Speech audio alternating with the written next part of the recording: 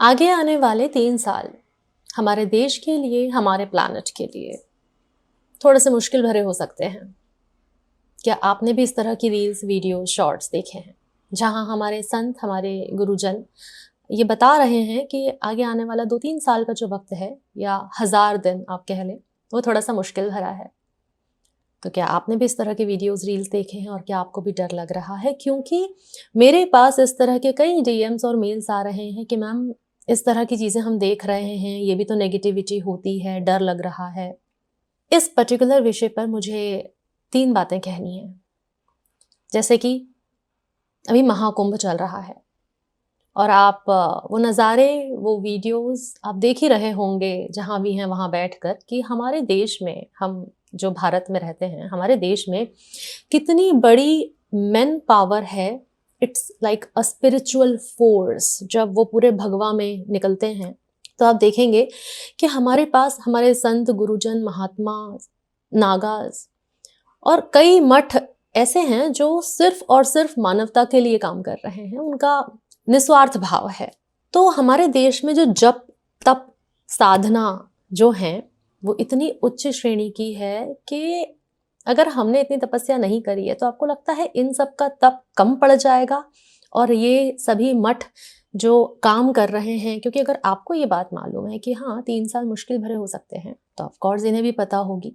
और सब लोग ऐसे हाथ पे हाथ रख के तो नहीं बैठे हैं, काम कर रहे हैं अपने अपने लेवल में, जिससे जो हो रहा है वो कर रहा है।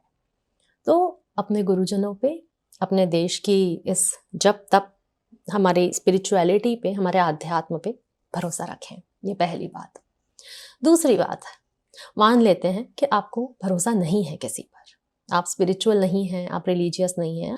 इन दैट केस अगर आपको अपने कर्मों पर भरोसा है कि हाँ मैंने हमेशा सबका भला चाहा है, मैंने हमेशा सबका अच्छा ही करा है, मैं कभी किसी का बुरा नहीं चाहती या बुरा नहीं चाहता, मैं दिल से, वचन से, नियम से, कर्म से स्वच्छ हूँ, निर्मल हूँ, साफ हूँ, या आपको अपने ऊपर ये भरोसा है कि हाँ मैं एक अच्छा इंसान हूँ, मैं एक अच्छी इंसान हूँ, तो फिर आपको कैसा डर?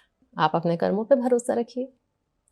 तीसरी महत्वपूर्ण बात, मान लिया कि आपको डर लग रहा है, मान लिया कि आपका गुरुजनों पर भी भरोसा है, आपका अपने कर्मों पर भी भरोसा है, पर फिर भी आपको डर लग रहा है। हो सकता है आप एक फियरफुल, एंशियस पर्सनालिटी हो जिनको छोटी छोटी बातों का, एक मीटिंग में 10 मिनट अगर लेट भी पहुंच रहे हैं तो उसका भी एक एंजाइटी और डर अंदर आ जाता है। तो जब इतनी बड़ी भविष्यवाणियां सुन रहे हैं तो डर होना ऑब्वियस है। फिर क्या करें? जिस बच्चे को एग्जाम का जितना ज्यादा डर होता है वो पढ़ाई भी उस लेवल की करता है, उसके मार्क्स अच्छे आने की संभावना ज़्यादा होती है क्योंकि उसको डर ज़्यादा लग रहा था, तो वो मेहनत भी ज़्यादा करता है। तो अगर आपको डर ज़्यादा लग रहा है तो आप अपने हिस्से की मेहनत बढ़ा दीजिए, जिससे जो हो रहा है वो कर दीजिए। अगर आप मंत्र साधना में हैं, अगर आप स्पिरिचुअलिटी में, अगर आप बहुत रिलीजियस हैं तो आप अपनी मंत्र साधना बढ़ा दीजिए।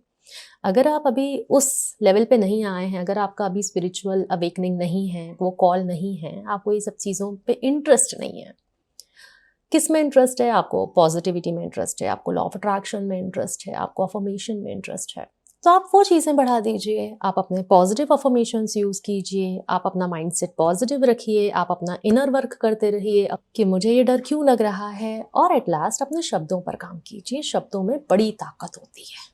तो मैंने दोनों ही तरह के लोग, जिनको डर लग रहा है, जो रिलीजियस हैं, वो अपनी ध्यान साधना के मार्ग पे आगे बढ़ जाएं।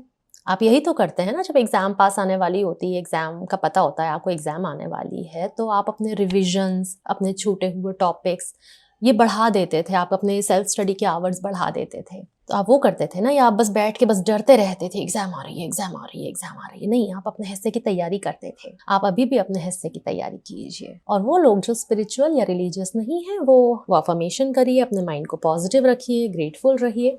तो अपने संत महात्माओं पर, अपने यहाँ की जो स्पिरिचुअल फोर्स है उस पर अपनी श्रद्धा टिकाए रखें, अपने इष्ट पे अपनी श्रद्धा टिकाए रखें, अपने आप पर अपनी श्रद्धा टिकाए रखें, और फिर भी डर लग रहा है तो मेहनत बढ़ा दें।